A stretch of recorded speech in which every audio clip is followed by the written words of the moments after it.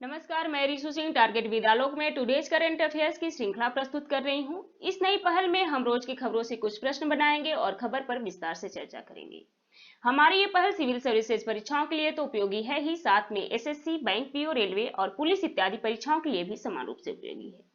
चलिए आज का सवाल देखते हैं। आज का हमारा पहला सवाल है, भारतीय ऊर्जा प्रारूप फोरम की पहली कार्यशाला का आयोजन संयुक्त राज्य अंतर्राष्ट्रीय विकास एजेंसी ने निम्न में से किस संगठन के साथ मिलकर किया है? आइए इसको विस्तार से देखते हैं। नीति आयोग और संयुक्त राज्य अंतर्राष्ट्रीय विकास एजेंसी ने भारत ऊर्जा प्रारूपण फोरम की पहली कार्यशाला आयोजित की। यह फोरम भारत के ऊर्जा भविष्य के संबंध में विचार के आदान प्रदान, परिदृश्य परिचर्चा व योजना निर्माण के लिए एक मंच उपलब्ध कराता है। Pacific north west national laboratory के सहयोग से इस 2 दिवसीय कार्यशाला का आयोजन किया गया था। कार्यशाला का उद्घाटन सत्र की अध्यक्षता नीति आयोग के उपाध्यक्ष डॉक्टर राजीव कुमार तथा यूएसएआईडी इंडिया के mission director Shri mark a white ने संयुक्त रूप से की। फोरम का लक्ष्य भारत सरकार तथा नीति निर्माताओं व विशेषज्ञों के बीच आपसी सहयोग और समन्वय को बेहतर बनाना है। इस प्रकार जो आपका उत्तर है वो भी सही है, यानी नीति आयोग। आपका अगला सवाल है, भारत ने fire and forget man portable anti guided missile का सफल परीक्षण किया। इससे पूर्व निम्न में से किस मिसाइल का सफल परीक्षण किया गया था? आइए आपका जो विस्तार है उसको देखते हैं। रक्षा अनुसंधान तथा विकास संगठन डीआरडीओ ने राजस्थान के रेगिस्तान रेंज में दूसरी बार देश में विकसित कम वजन का fire and forget man portable anti guided missile यानी MPATGM का सफल परीक्षण किया। MPATGM में एकीकृत वैमानिकी व्यवस्था के साथ अत्याधुनिक इमेजिंग इंफ्रारेड रडार IIR साधक है। गौरतलब है कि पहला परीक्षण पिनाक गाइडेड रॉकेट प्रणाली के संदर्भ में किया गया। दोनों मिशनों में मिसाइलों के विभिन्न रेंजों पर निर्धारित लक्ष्यों को निशाना साधा। मिशन के सारे उद्देश्य पूरे कर लिए गए हैं। इस प्रकार आपका जो आंसर है वो भी सही है, पिनाक गाइडेड रॉकेट प्रणाली। आइए अगला सवाल देखते हैं। आपका अगला सवाल है, 14 मार्च 2019 को करतारपुर गलियारा बनाने के तौर तरीकों को अंतिम रूप देने के उद्देश्य से निम्न में से किन 2 देशों के बीच पहली बैठक सार्थक रही? आइए इसको विस्तार से देखते हैं। करतारपुर गलियारा बनाने के तौर तरीकों को अंतिम रूप देने के उद्देश्य से भारत और पाकिस्तान के अधिकारियों के बीच 14 मार्च 2019 को पहली बैठक सार्थक रही। गौरतलब है कि भारत और पाकिस्तान पिछले वर्ष करतारपुर में गुरुद्वारा दरबार साहिब को भारत के गुरदासपुर जिले में स्थित डेरा बाबा नानक गुरुद्वारे से जोड़ने के लिए गलियारा बनाने को सहमत हुए थे। आपको बताते चले कि सिख पंथ के संस्थापक गुरु नानक देव जी ने करतारपुर में अंतिम समय बिताया था। यह बैठक अटारी वाघा सीमा पर भारतीय क्षेत्र में हुई पुलवामा आतंकी हमले के बाद भारत पाकिस्तान के रिश्ते में बढ़े तनाव के बीच यह बैठक हुई। इस प्रकार जो आपका आंसर है वो 3 सही है, भारत पाकिस्तान। आपका अगला सवाल है, मसूद अजहर को अंतर्राष्ट्रीय आतंकवादी घोषित करने के प्रस्ताव पर किस देश ने वीटो किया है? आइए इसको विस्तार से देखते हैं। आतंकवादी संगठन जैश ए मोहम्मद के सरगना मसूद अजहर को अंतर्राष्ट्रीय आतंकवादी घोषित करने के संयुक्त राष्ट्र सुरक्षा परिषद में प्रस्ताव पर चीन ने वीटो लगा दिया है। प्रस्ताव के पक्ष में यूके, यूएसए, फ्रांस और जर्मनी थे। सुरक्षा परिषद में चौथी बार चीन ने वीटो किया है। पुलवामा हमले के बाद भारत ने विश्व समुदाय से मसूद अजहर को अंतर्राष्ट्रीय आतंकवादी घोषित करने की मांग की थी। भारत के अनुरोध के बाद ही संयुक्त राष्ट्र सुरक्षा परिषद में इस प्रस्ताव को रखा गया था।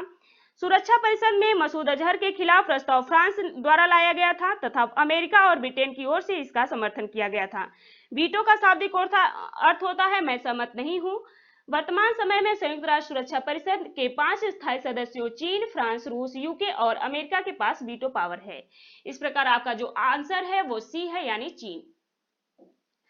आपका अगला सवाल है, 13 मार्च 2019 को संयुक्त राष्ट्र की 6ठी ग्लोबल इन्वायरमेंट आउटलुक रिपोर्ट प्रस्तुत की गई है। यह रिपोर्ट निम्न में से किस विषय से संबंधित है? आइए पहले इसको विस्तार से देखते हैं। संयुक्त राष्ट्र ने पर्यावरण सुरक्षा बढ़ाने को लेकर 13 मार्च को 6ठी ग्लोबल इन्वायरमेंट आउटलुक रिपोर्ट प्रकाशित की है। इस रिपोर्ट में दुनिया को बड़े पैमाने पर पर्यावरणीय सुरक्षा को बढ़ाने की चेतावनी दी गई है। रिपोर्ट के अनुसार यदि ऐसा नहीं किया गया तो एशियाई शहरों व क्षेत्रों मध्य पूर्व अफ्रीका में सदी के मध्य तक लाखों लोगों की असमय मौत हो सकती है। इस प्रकार जो आपका आंसर है वो सी सही है, पर्यावरण सुरक्षा। आपका अगला सवाल है, निम्नलिखित में से किसे मिजोरम का पहला लोकायुक्त नियुक्त किया गया है? आइए इसको विस्तार से देखते हैं। सेवानिवृत्त भारतीय प्रशासनिक अधिकारी यानी आईएएस ऑफिसर सी लालसावता ने मिजोरम के नवगठित लोकायुक्त के पहले अध्यक्ष के तौर पर शपथ ग्रहण की। राज्यपाल जगदीश मुखी ने राजभवन में उन्हें पद की शपथ दिलाई। इस कार्यक्रम की अध्यक्षता मुख्य सचिव एल चुआंगो ने की। मिजोरम लोकायुक्त अधिनियम को 2014 में राज्य विधानसभा द्वारा पारित किया गया था।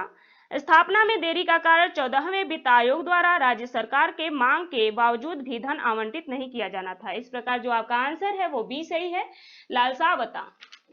आपका अगला सवाल है, भारत और बांग्लादेश का संयुक्त सैन्य अभ्यास संप्रीति 14 मार्च 2019 को निम्न में से किस स्थान पर संपन्न हुआ? आइए इसको विस्तार से देखते हैं। भारत और बांग्लादेश का संयुक्त सैन्य अभ्यास संप्रीति 14 मार्च 2019 को तंगेल बांग्लादेश में हुआ। भारत बांग्लादेश संयुक्त सैन्य अभ्यास में भारतीय सेना की ओर से राजपूताना राइफल्स की 9वीं बटालियन का कंपनी ग्रुप तथा 36 ईस्ट बंगाल बटालियन बांग्लादेश की कंपनी ग्रुप ने भाग लिया। इस अभ्यास का उद्देश्य भारत और बांग्लादेश के सेनाओं के बीच अंतर संचालन और सहयोग के पक्षों को मजबूत और व्यापक बनाना है। इस युद्धाभ्यास का मुख्य उद्देश्य भारत और बांग्लादेश के बीच पारस्परिक सहयोग के पहलुओं को मजबूत बनाना है। इस प्रकार जो आपका आंसर है वो बी सही है, तंगेल। आपका अगला सवाल है, वेस्ट नील वायरस निम्नलिखित में से किस राज्य से संबंधित है? आइए इसको विस्तार से देखते हैं। गौरतलब है कि केरल के मालापुरम का एक 7 साल का बच्चा वेस्ट नील वायरस से पीड़ित है। वेस्ट नील वायरस एक मच्छर जनित बीमारी है। यह बीमारी अधिकतर द्वीपीय संयुक्त राज्य अमेरिका में पाई जाती है। आपको बता दें कि इस मामले को लेकर भारतीय चिकित्सा अनुसंधान परिषद को भी सतर्क किया गया है और केंद्र व राज्य स्तर पर निगरानी रखी जा रही है। इस प्रकार जो आपका आंसर है वो सी सही यानी केरल।